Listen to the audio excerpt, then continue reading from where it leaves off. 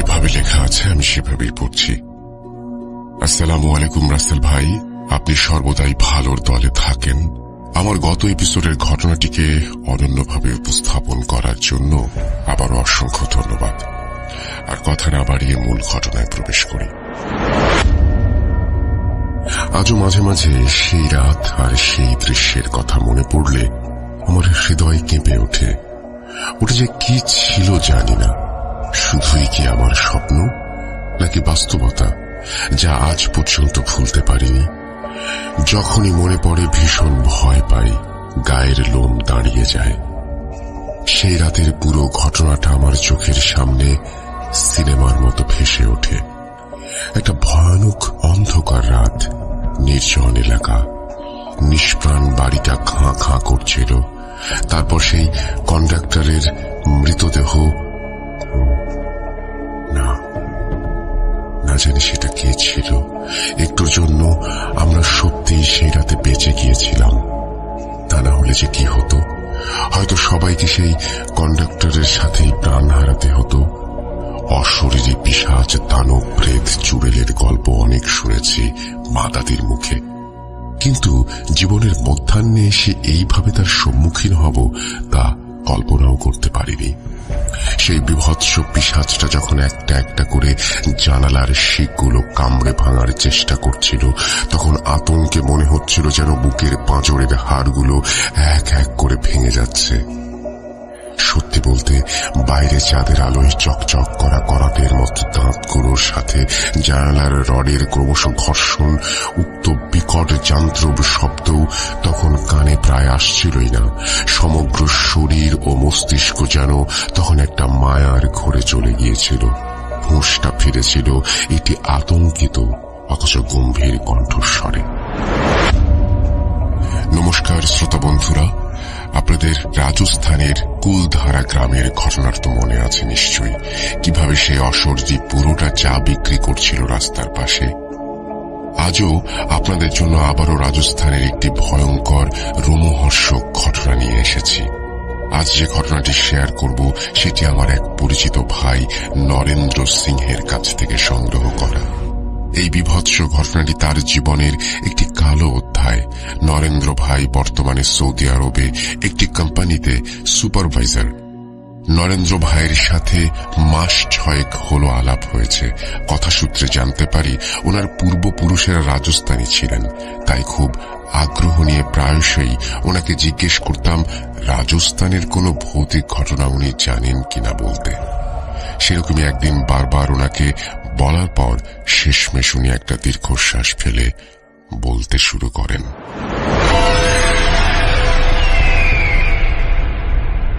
প্রায় 20 বছর আগের ঘটনা। আমি তখন পরিবারের সাথে ইন্দোরে থাকতাম। একদিন সপরিবারে জয়পুরে বেড়াতে যাওয়ার একটি প্রোগ্রাম করি। ছেলেটি অনেকদিন ধরে জোর করছিল রাজস্থান বেরিয়ে যাবার, তাই শেষমেশ তাকে জয়পুরে নিয়ে যেতে রাজি হই। পরিকল্পনা মতো আমার স্ত্রী রিমা এবং ছেলে রাজেশের সঙ্গে জয়পুরের উদ্দেশ্যে রওনা দিই। আমরা 1 সপ্তাহের মধ্যে পুরো জয়পুর, উদয়পুর ঘুরে দেখে ফেলেছিলাম, কিন্তু তখনও আমাদের আরো 2-3 ভ্যাকেশন বাকি ছিল। তাই আমি ভাবলাম যে আজমির শরীফও ঘুরে এলে কেমন হয়। যেই ভাবা সেই কাজ, সেই মতো বেরিয়ে পড়ি। যেহেতু আমাদের পরিকল্পনাটি হঠাৎ করেই হয়েছিল, তাই তাড়াহুড়ো করে বাসের সাপোর্ট নিই। গাড়ি ভাড়া করার সময় ছিল না। বাসে উঠে দেখি যাত্রী অনেক বেশি, বিশেষ করে বয়স্ক মানুষের সংখ্যা ছিল বেশি। আমাদের মতো শুধু একটাই পরিবার ছিল। বাস স্ট্যান্ডে প্রচুর ভিড়।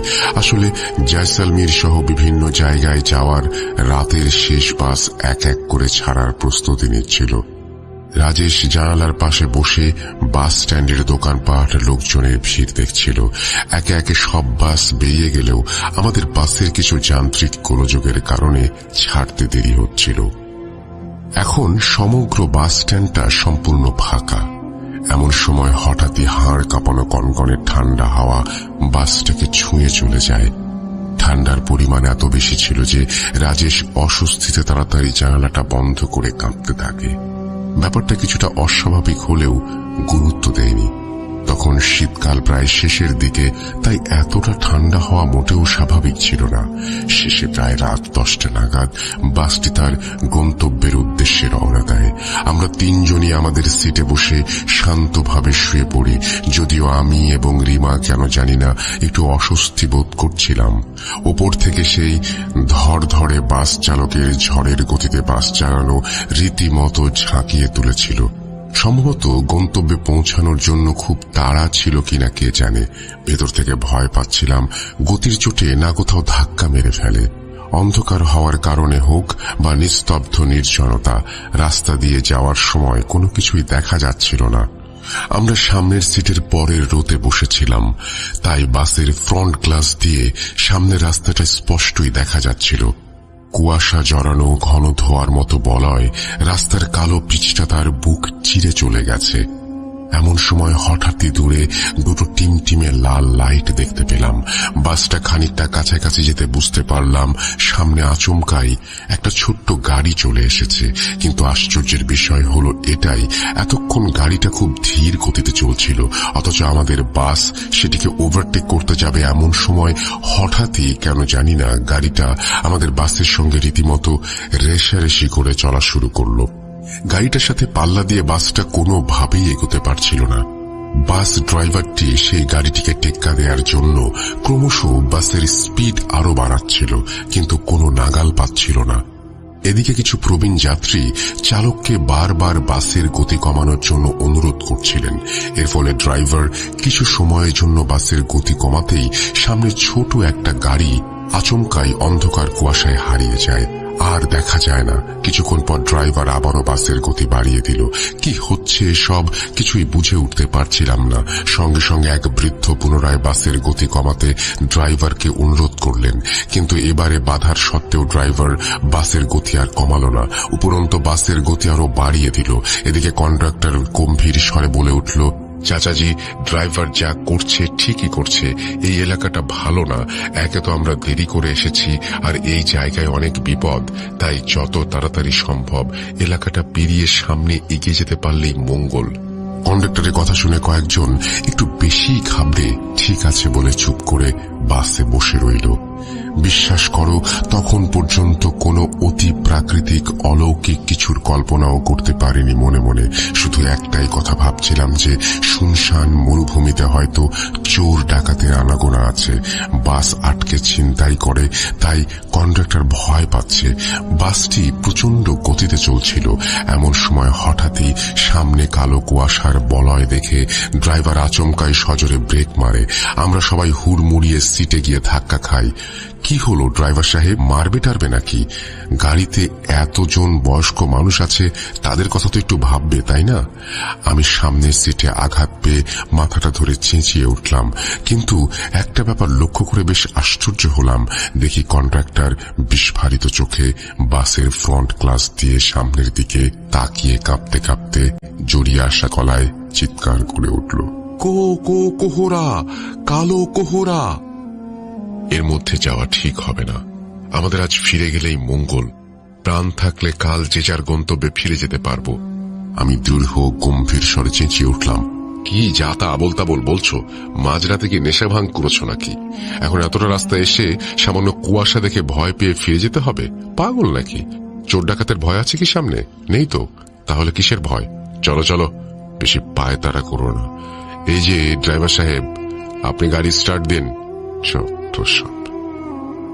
আমার কড়া গলার স্বর শুনে রাজেশ রিমাকে জড়িয়ে ধরে চুপচাপ বসছিল।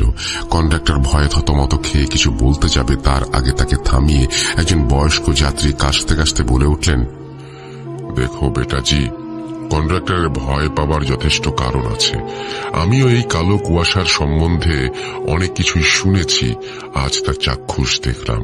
কালো কুয়াশাটি এই অঞ্চলে বহু বছর পর পর এক আধবার দেখা যায়, আর সেই সময় কেউ এটাকে ভেদ করে গেলে তাকে আর খুঁজে পাওয়া যায় না।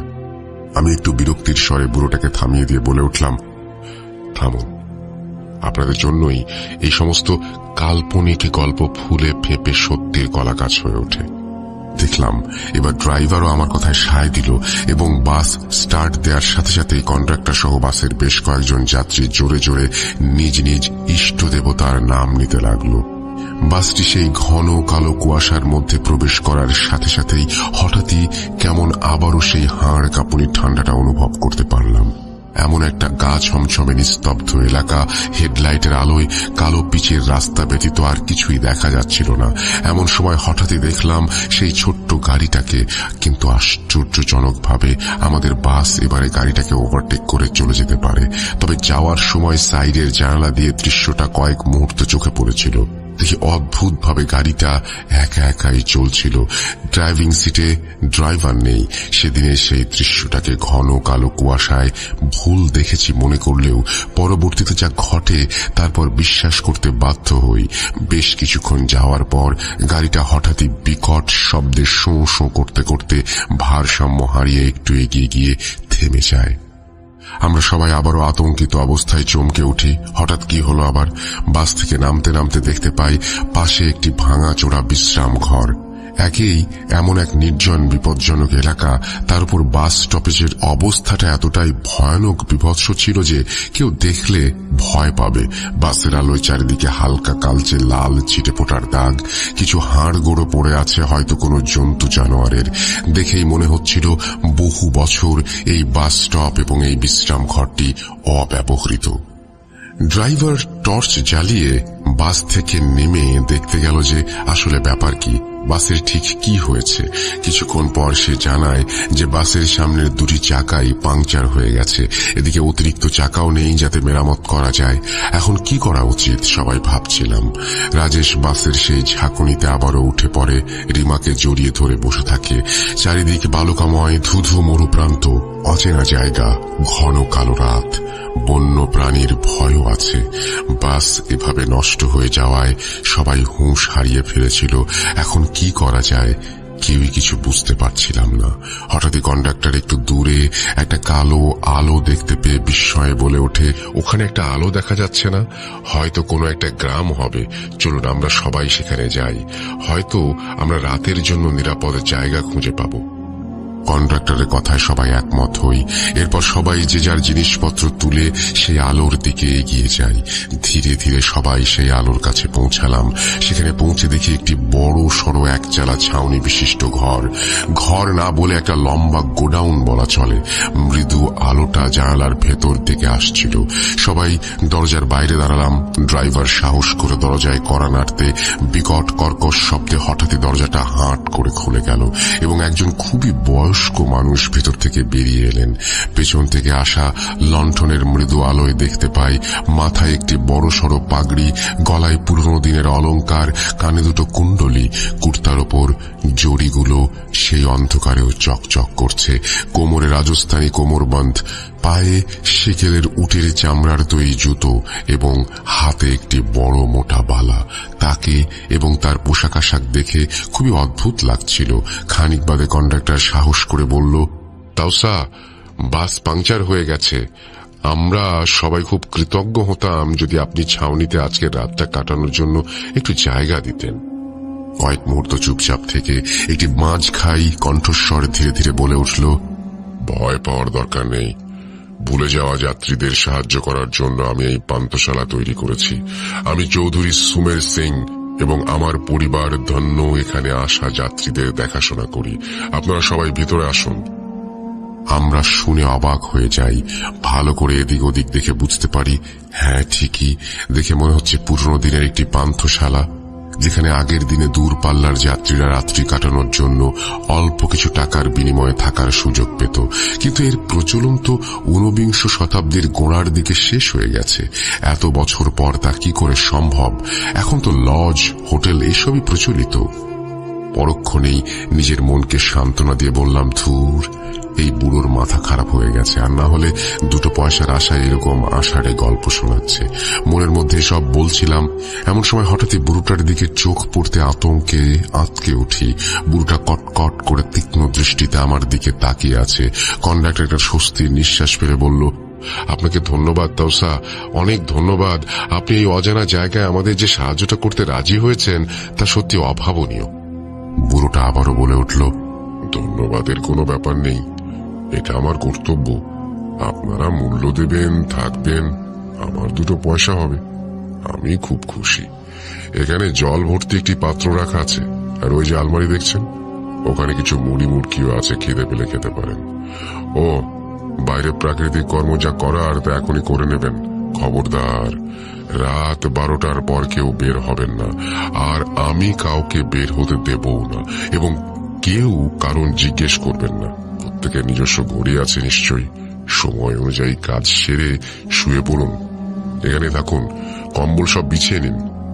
আমরা সবাই মন্ত্রমুগ্ধের মতো বুড়োটার নির্দেশ অনুযায়ী যে যার কাজ সেরে কম্বল নিয়ে শুয়ে পড়লাম। যেহেতু আমার কাছে ঢেকে রাখার জন্য একটি বড় কম্বল ছিল, তাই আমি রাজেশকে আমার সাথে শুতে নিলাম, এবং আমার স্ত্রী তার শাল গায়ে দিয়ে পাশের মহিলার সাথে শুয়ে পড়ল। রাত তখন কয়টা বাজে ঠিক খেয়াল নেই। আমার কেন জানি না ঘুম আসছিল না। হঠাৎই দেখলাম কন্ডাক্টর কি জানি বোধহয় বিড়ি খাওয়ার জন্য উঠে বাইরে যেতে লাগলো। বুড়োরা দরজার পাশেই বসেছিল। কন্ডাক্টরকে দেখে বিস্মৃত কণ্ঠে চিৎকার করে তাকে বাধা দিতে গেল, কিন্তু কন্ডাক্টর তার কোনো কথাই শুনল না। দরজা খুলে বাইরে বেরিয়ে যায়। সঙ্গে সঙ্গে বুড়োটা হাহুতাশ করতে করতে দরজাটা সজোরে লাগিয়ে কড়া লাগিয়ে দেয়। ড্রাইভারটি বলে ওঠে, আরে আরে, ও বাইরে আছে। তখন বুড়োটা ধীর গম্ভীর স্বরে বলে, ওর অদৃষ্টকে টেনে নিয়ে গেছে, ও আর ফিরবে না। খবরদার, কেউ বেরোবেন না, বেরোলে আপনারাও আর ফিরে আসতে পারবেন না। সবাই তখন জেগে উঠে ভয়ে জড়সড় হয়ে চুপচাপ বসে আছি। বাইরে প্রবল হাওয়া বইছে। কিছুক্ষণ পর বাইরে থেকে হঠাৎই কান ফাটানো খুব ভয়ঙ্কর বাজে পৈশাচিক চিৎকার ও হাসি ভেসে আসতে লাগলো। সেই সঙ্গে কন্ডাক্টরের করুণ আর্তনাদ শোনা গেল। সেই চিৎকার করছিল, বাঁচাও বাঁচাও। ড্রাইভার কিছু লোক কন্ডাক্টরকে সাহায্য করার জন্য বের হতে চাইলে বুড়োটা বাধা দেয় এবং আতঙ্কিত স্বরে বলে ওঠে, সবাই যদি চলে যান তাহলে সর্বনাশ হবে। যদি সেই শয়তান ভেতরে চলে আসে তাহলে কেউ বাঁচবেন না। এমন সময় জানালার রেলিংয়ে একটা বিভৎস ভয়ঙ্কর দৃশ্য দেখে শির দাঁড়া দিয়ে বরফের স্রোত বয়ে যায়। রাজেশ চিৎকার করে তার মাকে জড়িয়ে ধরে। আমরা সবাই কাঠ হয়ে সেই দৃশ্য দেখতে থাকি।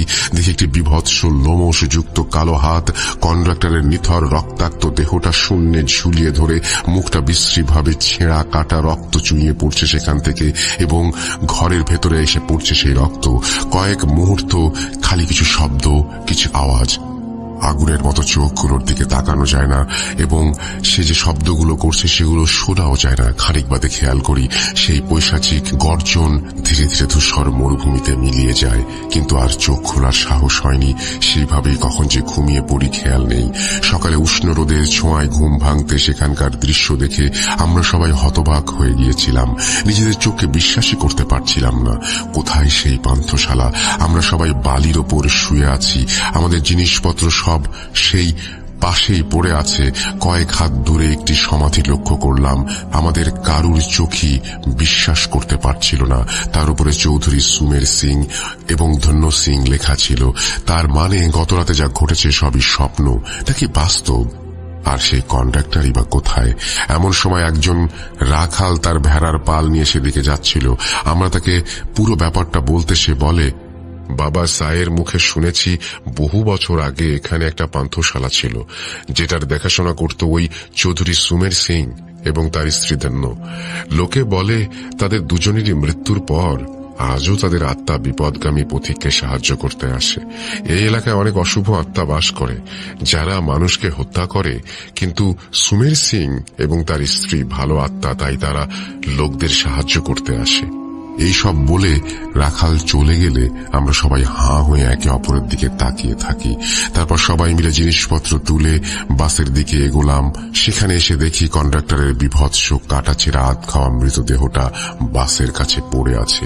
কিছুক্ষণ অপেক্ষা করার পর আরেকটি বাস আসলে আমরা সবাই তাতে উঠে পড়ি এবং নিজ নিজ গন্তব্যের দিকে রওনা দেই। আজও নিজে নিজেই মনে মনে লড়াই করি, সত্যি কি সেদিন যা ঘটেছিল তা কল্পনা আর কোন জঙ্গলি জানোয়ারের কাজ, নাকি কোনো ভয়ঙ্কর বিভৎস পিশাচের মায়াজাল। এই ছিল ঘটনা। আশা করছি ঘটনাটি আপনাদের ভালো লেগেছে। ঘটনাটি আমাদের পাঠিয়েছেন সুকান্ত মাইতি। আশা করব যে আপনারা আমাদের মতামত দেবেন যে আসলে আপনাদের কাছে কি মনে হয়, এটা কি আসলে কোনো বন্য জানোয়ার ছিল নাকি অন্য কিছু। কিন্তু বন্য জানোয়ার হলেও সেখানে কিন্তু গল্পের মেইন ব্যাপারটা না, যে মেইন ব্যাপারটা সেটা হচ্ছে যদি এটা বন্য কোনো জানোয়ারও হয়, তার হাত থেকে বাঁচিয়েছিল যে ভদ্রলোক, সেটি বড় রহস্যময়। সেই ব্যাপারটা নিয়ে আপনার কি বলার আছে বলুন। আমরা চলে যাব আমাদের পরবর্তী ঘটনায়। আমাদের ইমেল অ্যাড্রেস russell.bhoot.com@gmail.com, এই অ্যাড্রেসে পাঠিয়ে দিন আপনার ঘটনাগুলো। আমরা পরের ঘটনায় যাচ্ছি। যেভাবে লেখা আছে আমি সেভাবেই শুরু করছি। ধূমপান স্বাস্থ্যের জন্য হানিকর। ধূমপান মৃত্যু ঘটায়। কেন বললাম শীঘ্রই জানতে পারবেন শ্রোতা বন্ধুরা, শুনতে থাকুন। আসসালামু আলাইকুম রাসেল ভাই ও প্রিয় শ্রোতা বন্ধুরা, আশা করি সকলেই ভালো আছেন আর ভালোর দলে আছেন। দেখতে দেখতে ভূত.com এর সাথে আমার প্রায় 1.5 বছর পার হয়ে গেল। এই লম্বা পথ আপনাদের ভালোবাসা আর ভূত.com এর অমায়িক টিম ছাড়া একেবারেই সম্ভব ছিল না। অসংখ্য ধন্যবাদ আমার ও আপনাদের প্রিয় রাসেল ভাই, ভূত.com টিম এবং আপনাদের। আজ আবারও নতুন একটি ঘটনা নিয়ে আমি সাবিত আলম হাজির হয়েছে আপনাদের মাঝে। আজ একটু অন্যভাবেই শুরু করছি, সরাসরি ঘটনা দিয়ে। ঘটনা শেষে আপনাদের জানাবো আজকের ঘটনাটি আমি কিভাবে আর কার কাছ থেকে পেয়েছি। তখন সন্ধ্যে 7টা ছুঁই ছুঁই। আমি আমার বন্ধু শহরে ফিরছিলাম সিএনজি করে। টাউন হল এসে আমরা নামলাম। সিএনজি চালক কামাল ভাই আমাদের সাথেই নামলেন। ওনার মুখে একটা গামছা জড়ানো। ওনার ভাড়া মিটিয়ে দিয়ে আমরা চায়ের দোকানে বসলাম। কামাল ভাই আমাদের সাথে বসলেন। আমার বন্ধু আমার জন্য আর কামাল ভাইয়ের জন্য চায়ের অর্ডার দিয়ে এসে বসে পড়ল আমাদের পাশে। আমি আমার পকেটে থাকা সিগারেটের প্যাকেট বের করে আমার বন্ধুকে একটা দিলাম আর নিজে একটা নিলাম। সিগারেটে আগুন দিয়ে আমরা দুজন মিলে সিগারেট খাচ্ছি, এমন সময়ে চা চলে এলো। চা এবং সিগারেট অর্ধেক হতেই আমার বন্ধু কামাল ভাইয়ের দিকে সিগারেটটা এগিয়ে দিতেই উনি ভয়ে আমার বন্ধুর হাতে একটা জোরে চড় দিয়ে সিগারেটটা ফেলে দেন। না না ভাই, আমাকে দেবেন না, এই জিনিস আমাকে দেবেন না। আমিও আমার বন্ধু অবাক হয়ে যায় কামাল ভাইয়ের এমন কাণ্ড দেখে। একটা সিগারেট সাধলাম আর এমন একটা আচরণ পেলাম। কামাল ভাইকে শান্ত করে পাশে বসলাম আমি। উনি আমাকে বললেন, ভাইজান, আসার পথে আপনাদের দুজনের আলাপ আমি শুনেছি, এই জন্যই আমিও এখানে এসে বসলাম আপনাদের সাথে চা খেতে। কিছু কথা ছিল, বলবো কি? আমি বললাম, হ্যাঁ ভাই বলেন। এরপর কামাল ভাই বলতে শুরু করলেন ওনার জীবনের এক আশ্চর্য ভয়ানক অধ্যায়, যা শোনার পর আমি কেন, যে কেউ সিগারেট খাবার আগে অন্তত একবার হলেও ভাববেন। কামাল ভাইয়ের ঘটনা আমি ওনার ভাষাতেই লিখছি। লেখায় অনিচ্ছাকৃত ভুল ত্রুটির জন্য রাসেল ভাই এবং সকল শ্রোতা বন্ধুদের কাছে আমি আন্তরিকভাবে ক্ষমা প্রার্থনা করছি। বলছেন কামাল ভাই,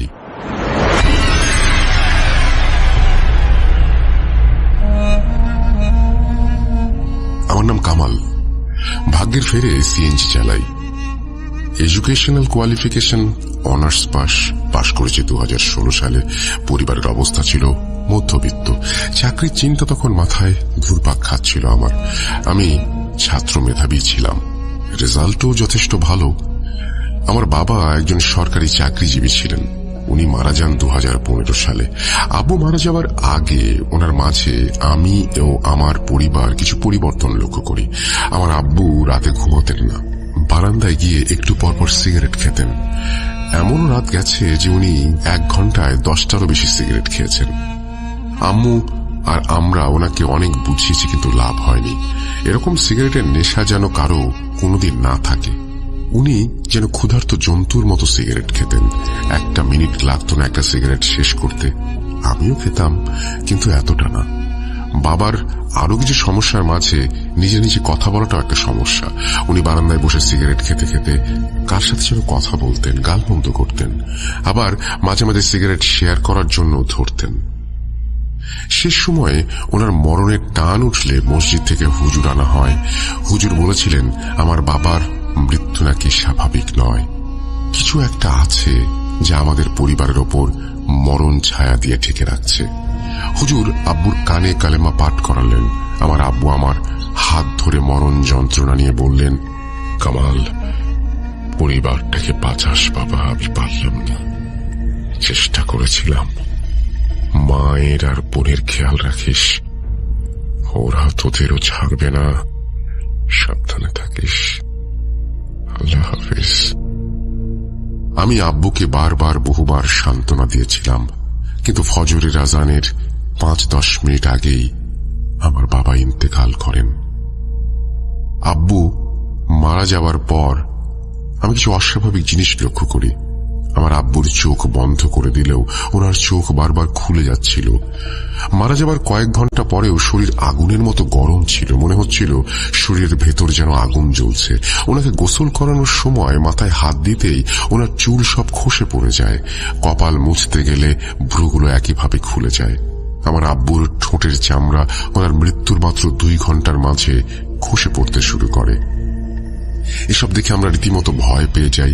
হুজুর বলেন খুব জলদি দাফন করতে হবে লাশ। এদিকে আমাদের আত্মীয় স্বজন, বন্ধু বান্ধব আর শুভাকাঙ্ক্ষী তেমন কেউ তখন এসে পৌঁছায়নি, কিন্তু লাশের এরকম অবস্থা দেখে আমরা সিদ্ধান্ত নেই লাশ দাফনের। এদিকে মাত্র 2 ঘন্টা কবর খোঁড়াও শেষ হয়নি, আর শেষ হয়নি জানাজার নামাজও। আবারও 3-4 জন অতিরিক্ত লোক লাগিয়ে কবর খোদার কাজের গতি বাড়ানো হয়। হুজুরের কথা মতো উপস্থিত ব্যক্তিবর্গদের সাথে আমরা জানাজার নামাজ আদায় করি। নামাজ শেষে আমার আব্বুর লাশ খাটিয়াতে ওঠানো হয়। এর মাঝে কয়েকজন আত্মীয় পরিজন চলে আসেন। অবশেষে আমরা আমার আব্বুর লাশ দাফন করার জন্য প্রস্তুতি নেই। আমি, চাচা, চাচাতো 2 ভাই আব্বুর খাটিয়ায় কাঁধ দেবার জন্য তুলতে গিয়ে দেখি আব্বুর লাশ থেকে ধোঁয়া বের হচ্ছে, ঠিক যেমন ধোঁয়া রান্না বান্না বা অন্য যে কোনো কিছু বা সিগারেটের ধোঁয়াও যেরকম হয়, একটা কুণ্ডলি পাকানো ধোঁয়া, সেরকম একটা ধোঁয়ার কথা লিখেছেন সাবিত। আমি সেটাই যেভাবে লিখেছি আমি সেভাবেই পড়ছি। আসলে যে সিগারেটের ধোঁয়া বের হয়, সিগারেটের বোটকা একটা গন্ধে চারপাশ যেন ভারী হয়ে ওঠে। লাশের কাফন খুলে যাওয়া আমরা সেটা দেখি এবং কেউ কল্পনাও করতে পারবে না। কাফন ভর্তি লাশের ভেতর থেকে কেমন যেন অনেক আবর্জনা বের হয়ে আসে। এভাবে কেউ কোনো শত্রুতার জের ধরে, মানে আমি যেটা বলছি যে আচ্ছা সাবিত যেভাবে বলছে, আমি লিসেনারদের সাথে এই কথাটা আসলে শেয়ার করতেই চাই যে সাবিত যেভাবে বলছে এটা একটু অস্বাভাবিক, কিন্তু এটা বিচারের ভার আমি আপনাদের উপরে দিলাম। আপনারাই এটা কমেন্ট করে জানাতে পারেন যে লাশের কাফন খুলে দেখি সেখানে কেউ কল্পনাও করতে পারবে না কাফন ভর্তি লাশের চারপাশে সিগারেটের ফিল্টারে ভরে গেছে। আমরা ভাবলাম কেউ হয়তো শত্রুতার জের ধরে এমন জঘন্য কাজ করেছে। হুজুরের সাথে মিলে আব্বুর লাশটাকে আমরা গোসল করতে যাই। আব্বুর হাত আর চেহারাও যেন খসে যাচ্ছিল। এবার গোসল করিয়ে দ্রুত লাশ খাটিয়ায় তুলে কবরের উদ্দেশ্যে নিয়ে যাওয়ার জন্য যাত্রা শুরু করা হয়। অনেকটা পথ হেঁটে যেতে যেতে প্রায় সন্ধে নেমে যায়। এদিকে এতক্ষণ কাঁধে লাশ বহন করার ফলে লাশের ভার যেন বেড়েই চলেছিল। আমার সাথে আমার খালাতো ভাই কাঁধ বদল করেন। সন্ধে নামতে এক আজব কাহিনী খেয়াল করলাম আমরা। লাশের গায়ে গোলাপ জল দেওয়া, আশেপাশে আকরবাতিও জ্বলছে, কিন্তু খাটিয়া চারপাশে কেমন যেন বাজে সিগারেটের গন্ধ।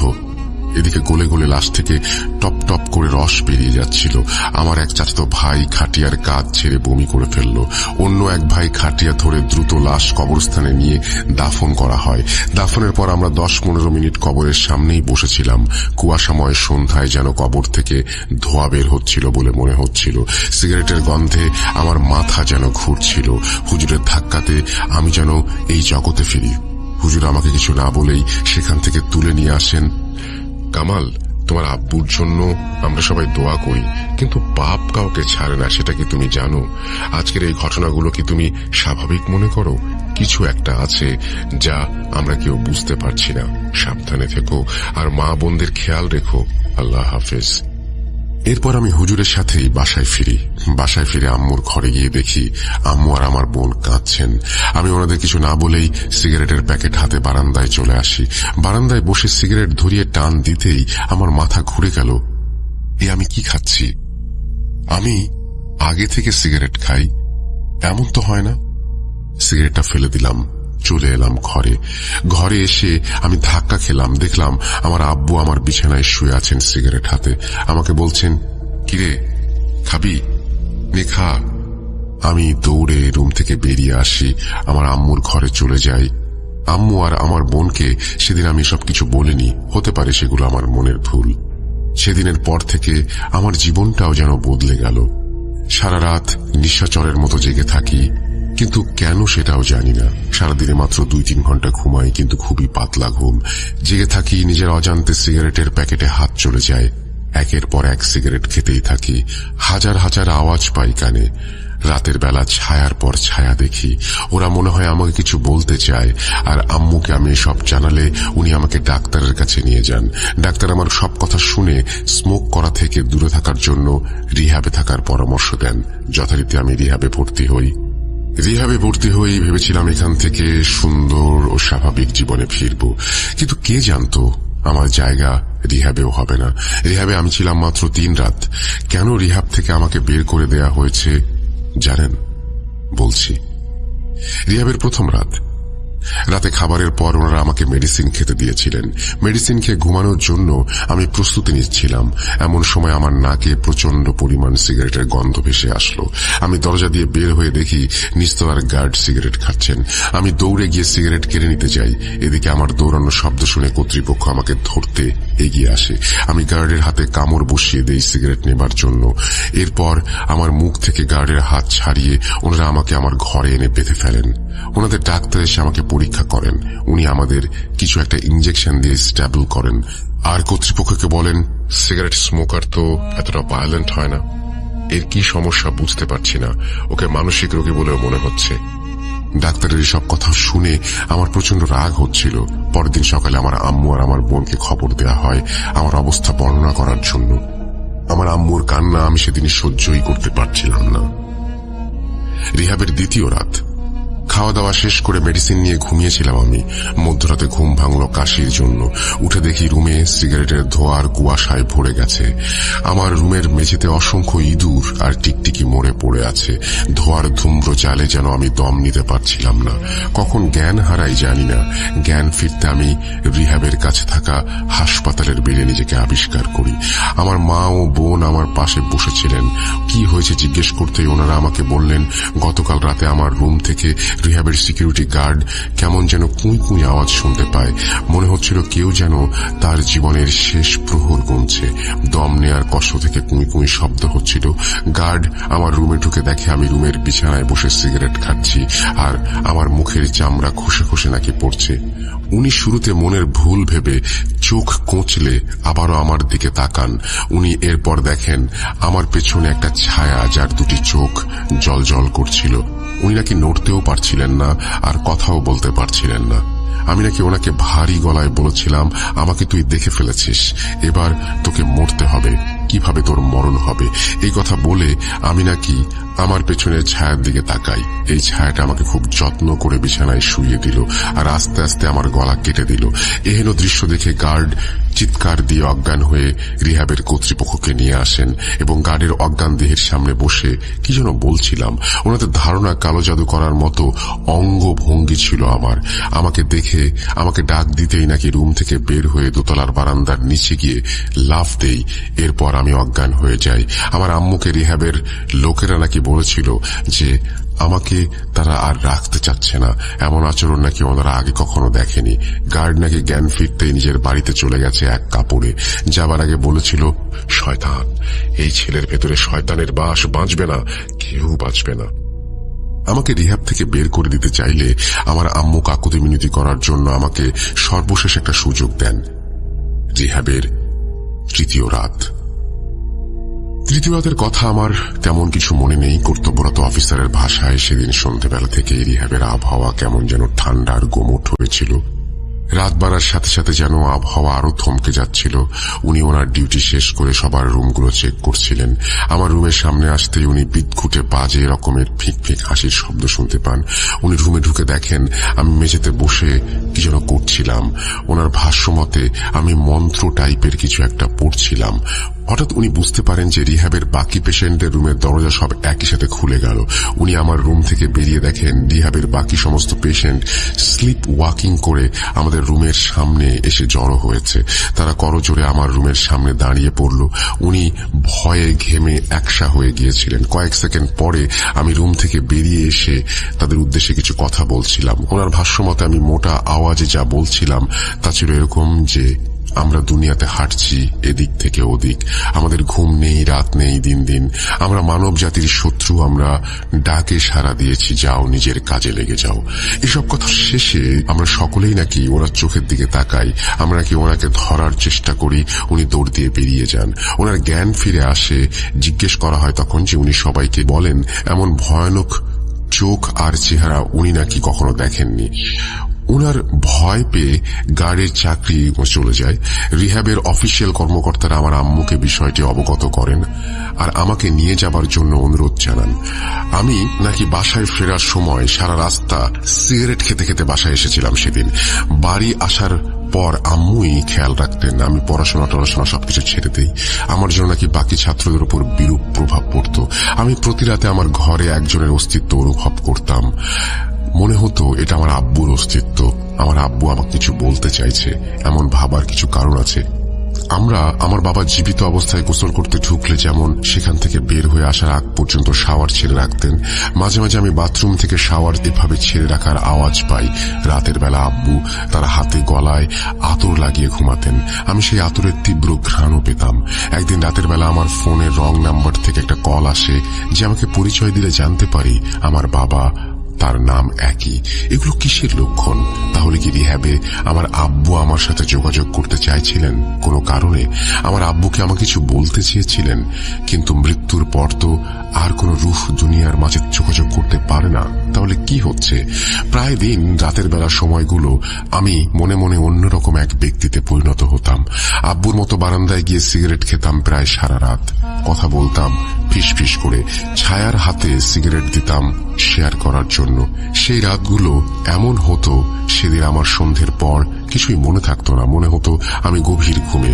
আমার আব্বুর ভাবনাও যেন আমার মনকে আরো দুর্বল করে দিয়েছিল। আমি ইন্টারনেট ও বিভিন্ন মাধ্যমে খুঁজতে থাকি কিভাবে রুহের সাথে যোগাযোগ স্থাপন করা যায়। আপনারা ভাবতে পারেন মুসলমান হওয়া সত্ত্বেও কেউ সুস্থ মস্তিষ্কে সব কাজ করতে পারে। আসলে কি জানেন, শয়তান যখন কাউকে ধরে তখন সে হিতাহিত জ্ঞান শূন্য হয়ে যায়। যাই হোক, ইন্টারনেট ও এরকম বিষয় কিছু গ্রুপে আমি যুক্ত হয়ে যাই, বিভিন্ন কাজকর্ম শুরু করি। আমি সবার কথাই পড়ছিলাম আর একটি রাস্তা খুঁজছিলাম। পেন্টাগন, স্পিরিট কলিং, ওয়েজা বোর্ড সবকিছুর সাথেই পরিচিত হয়ে আস্তে আস্তে সব থেকে ভালো উপায় যেটা ছিল সেটা হচ্ছে প্ল্যানচেট বা স্পিরিট কলিং। এইসব কাজের সেশনের জন্য যারা এগুলো কাজ করত মোটামুটি ভালো অঙ্কেরই টাকা নিত তারা। শয়তানের ধোকায় পড়ে আম্মুর আলমারি থেকে টাকা চুরির মতো জঘন্য কাজও আমি করেছিলাম। নিজ শহর বাদ দিয়ে অন্য শহরে গিয়ে আমি এই কাজে অংশ নেই। ওনাদের সাথে পরিচয় ও কথাবার্তার পর্বটা না বলাই থাক। একটা মেয়ে ছিল ওনাদের গ্রুপে, নাম ছিল শামা। দেখতে খুব অদ্ভুত, চোখগুলো ঘন কাজল আর কপালে বড় একটা টিপ, গলায় বিভিন্ন পাথরের মালা। সে নাকি প্রধান মাধ্যম। আমার কাছ থেকে টাকা নিয়ে ওনারা সন্ধ্যাবেলা বসলেন প্ল্যানচেট করতে। আমরা গোল হয়ে একে একে অপরের হাত ধরলাম। ওনারা আমাকে বলেছিলেন যত যাই হোক কাজ শেষ হবার আগে কেউ যেন হাত না ছাড়ি। 5-10 মিনিট পার হতে এই রুমের ভেতর থেকে সিগারেটের বাজে গন্ধ আর ধোঁয়ায় ভরে গেল। আব্বুর গায়ের আতরের হালকা গন্ধ আমি পাচ্ছিলাম। হঠাৎ শামা কেমন যেন ওপরের দিকে তাকিয়ে চিৎকার করে উঠল। শামার এই অবস্থা দেখে ওনাদের মাঝে থাকা একজন ব্যক্তি উচ্চ স্বরে কি যেন পড়ছিল। শামার নাক দিয়ে রক্ত গড়িয়ে পড়ছিল। শামা হঠাৎ আমার কানের কাছে এসে ফিসফিস করে বলল, আমাকে ডাকিস কেন? আমি তো তোর সাথে তোর ভেতরেই থাকি। তোর 14 পুরুষের জান নিয়ে যাব বলে কসম করেছি আমি। এই বলে শামা থেমে গেল। আবার হঠাৎ করুণ সুরে আমাকে বলতে লাগলো, কামাল বাবা, মায়ের খেয়াল রাখিস, আমাকে ক্ষমা করে দে বাবা, তোদেরও মরতে হবে। কি আমার বাবা আর কি আমাদের 14 পুরুষকে মেরে ফেলতে চায় আমি কিছুই বুঝতে পারছিলাম না। মানসিক অশান্তি নিতে পারছিলাম না, অজ্ঞান হয়ে যাই। জ্ঞান ফিরতেই আমি দেখি একটা রুমে শুয়ে আছি। বেডের সামনে প্ল্যানচেট করা টিম বসে আছে। শামাকে দেখতে পাচ্ছিলাম। আমি উঠে বসতে একজন বলল, আপনি এখান থেকে চলে যান, আপনি আপনার বাবার খোঁজে এখানে আসেননি। কি বালা মুসিবত নিয়ে আপনি এখানে এসেছেন জানেন কি? শামা হাসপাতালে, ওর কিছু হলে আপনাকে ছাড়বো না, আপনি এক্ষুনি চলে যান, লাগবে না আপনার টাকা আমাদের। এই বলে ওনারা আমাকে টাকা ফেরত দিয়ে তাড়িয়ে দেন। বাসায় ফেরার সময় না ওনাদের কথা মিথ্যা ছিল মানতে পারছি, আর না পারছি সত্যি বলে মানতে। আমার মনে হচ্ছিল আব্বুর মৃত্যুর শোকে আমি যেন মানসিকভাবে অসুস্থ হয়ে পড়েছি। নইলে প্ল্যানচেটের মতো কাজ আমি কিভাবে করতে এলাম? বাড়ি ফিরে আম্মুকে সব জানিয়ে দেই। আম্মু একটু শব্দও করেনি। উনি আমাকে বললেন মনোরোগ বিশেষজ্ঞর কাছে নিয়ে যাবেন। আম্মুর কথা মেনে নিলাম। ডাক্তার পরীক্ষা নিরীক্ষা করে বললেন আমার নাকি ঘুম হয় না। আমার ঘুম না হবার ফলে ব্রেইন ঠিক মতো ফাংশন করছে না, তাই নাকি এমন হচ্ছে। আমার আম্মু বললেন আমি তো সপ্তাহে প্রায় 4 থেকে 6 দিন সন্ধ্যায় ঘুমাই আর দুপুরে উঠি, ঘুম কিভাবে হচ্ছে না তাহলে? আমারও মনে হয় আমি সন্ধ্যার পর ঘুমিয়ে থাকি, কিন্তু সকালে সিগারেটের প্যাকেট খালি থাকে, কিভাবে বুঝতে পারি না। ডাক্তার আমাকে কিছু ঘুমের ওষুধ দিলেন, মেডিটেশন করার জন্য বললেন। 1 মাস পর দেখা করতে বললেন। প্রায় 1 সপ্তাহ পার হবার পর একদিন সন্ধ্যার দিকে আমি আমার রুমে শুয়েছিলাম। হঠাৎ আমার বোনের চিৎকার শুনে আমি দৌড়ে আমার বোনের রুমে গিয়ে দেখি আমার আম্মু শূন্যে ভেসে আছেন বিছানা থেকে। ওনার হাত পা কেমন যেন মুষড়ে আছে, মুখ থেকে গ্যাজলা বের হচ্ছে। ভয়ে আমি আমার বোনকে নিয়ে রুম থেকে বের হয়ে আসি। আমার বোনকে ড্রয়িং রুমে রেখে আমি আমার রুমের ভেতরে গিয়ে দেখি আম্মু আয়নার সামনে দাঁড়িয়ে আছেন, একদম স্বাভাবিক। তাহলে কি দেখলাম আমরা? আমার ভাবনা শেষ হবার আগেই আমার আম্মু আমার দিকে তাকালেন, কিন্তু আয়নায় কোনো মুভমেন্ট হলো না। আমি আঁতকে উঠলাম। আয়নার প্রতিবিম্ব আমাকে বলছিল তোর সময় হয়ে আসছে, আর কিছুদিন মরবি তুই। এই বলে আম্মু অজ্ঞান হয়ে যান। আমি আমার বোন মিলে আম্মুর জ্ঞান ফেরালে আম্মু আর কিছুই মনে করতে পারেন না। আমার চাচাকে বিষয়টা জানানো হয়। আমার চাচা আমাকে নিয়ে বাড়ির সামনের মসজিদের ইমাম সাহেবকে দেখান। আমরা শুরু থেকে শেষ পর্যন্ত সবকিছু খুলে বলি। উনি আমাকে বলেন যে উনি এগুলো কাজ করেন না, তবে ওনার পরিচিত একজন হুজুর আছে যিনি এই কাজগুলোর সাথে জড়িত। ইমাম সাহেব আমাদের সেই হুজুরের ঠিকানা দিয়ে চলে যান। আমরা সময় নষ্ট না করে যত দ্রুতই ওনার নিকটে চলে যাই। ওনার বাসা খুঁজে বের করে দরজার পাশে লাগানো কলিং বেলে সুইচ চাপতেই একজন মধ্যবয়স্ক লোক এসে দরজা খোলেন। পরনে পাঞ্জাবি আর মাথায় টুপি, হাসি মুখে সালাম দিয়ে আমাকে বলেন, ভাই অপরাধ নেবেন না, আপনি আমার ঘরে ঢুকতে পারবেন না। আপনার সাথের ব্যক্তিবর্গকে আমি ঘরে নিয়ে যাচ্ছি, আপনি বাইরেই অপেক্ষা করুন। আমি কিছুটা বিরক্ত হই, তবুও রাস্তায় দাঁড়িয়ে অপেক্ষা করতে থাকি। প্রায় 1 ঘন্টা পর আমার চাচা বেরিয়ে আসেন আর বলেন এটা নাকি কালো জাদু, হুজুর কাল আমাদের বাসায় এসে কিছু পরীক্ষা করবেন। পরদিন সন্ধ্যাবেলায় হুজুর এলে আমাদের বাসায় উনি আমাকে বললেন যে আমার বাসায় কোনো জিনের বাস আছে কিনা সেটা আগে উনি পরীক্ষা করবেন। এই পরীক্ষা নাকি মাগরিবের নামাজের পর করতে হবে। উনি আমাদের সাথেই মাগরিবের নামাজ আদায় করলেন। মসজিদ থেকে মাদ্রাসার 3 জন হাফেজ ছাত্র নিয়ে আমাদের বাসায় এলেন। উনি 4টা পানির গ্লাস নিয়ে আমাদের বাসার ভেতরে 4টা কোনায় রাখলেন। উনি আর ওনার সাথে আসা 3 জন ছাত্র, অর্থাৎ মোট 4 জন ছাত্র 4 কোনায় বসে পড়লেন। ওনারা সবাই একটা সুতো একসাথে ধরে রেখেছিলেন। অনেক সময় ধরে ওনারা নাকি কি পড়লেন মনে মনে আর পানিতে দম করলেন। পানিতে দম করার সাথে সাথে আমার আম্মুর রুম থেকে কোনো ভারী বস্তু পড়ে যাওয়ার আওয়াজ পাই আমরা। রুমে গিয়ে দেখি ড্রেসিং টেবিল উল্টে পড়ে আছে, আয়না ভেঙে টুকরো টুকরো হয়ে গেছে। আমার আম্মু আমার বোনকে ধরে বিছানায় জড়সড় হয়ে বসে আছেন। আমার আম্মু বা আমার বোন কারো পক্ষে ওই ড্রেসিং টেবিল উল্টে ফেলা সম্ভব নয়।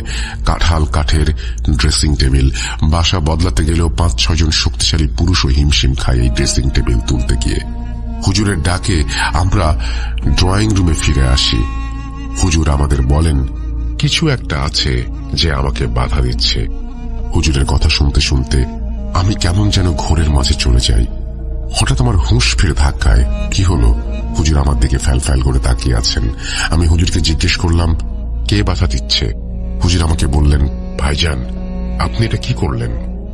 আমি হতবাক হয়ে বললাম, কি করেছি? আমার চাচা আমাকে বললেন হুজুর যখন বলল কেউ ওনাকে বাধা দিচ্ছে, তখন নাকি আমি পকেট থেকে সিগারেট বের করে ধোঁয়া উড়িয়ে হুজুরকে বলেছি পণ করেছি 14 পুরুষ নিয়ে যাব, কিরে হুজুর খাবি? এই সমস্ত কথা নাকি আমি বলেছি। আর অনেক কথা সাবিত লিখেছেন, সেগুলো আমি বলার প্রয়োজন মনে করছি না এখানে। এই কয়েক সেকেন্ডে এত কিছু ঘটে গেল আমি যেন মানতেই পারছিলাম না।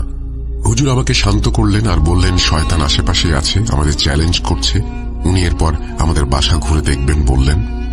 প্রায় 2 ঘন্টা বাসা ঘুরে দেখে এসে আমাকে বললেন, ভাই আমি একটু আসনে বসবো, আপনার মা আর বোন সহ সকলে বাসা থেকে বাইরে গেলে আমার জন্য ভালো হয়। হুজুরের কথা শুনে আমি, চাচা আর আমার বোন সবাই বাসা থেকে বের হয়ে গেলাম। কিন্তু আমরা বাসা থেকে বের হবার কিছুক্ষণ পর বাসার ভেতর থেকে কালো ধোঁয়া বের হতে শুরু করলো। সিগারেটের তীব্র গন্ধে ভরে গেল চারপাশ। অসহ্য লাগছিল।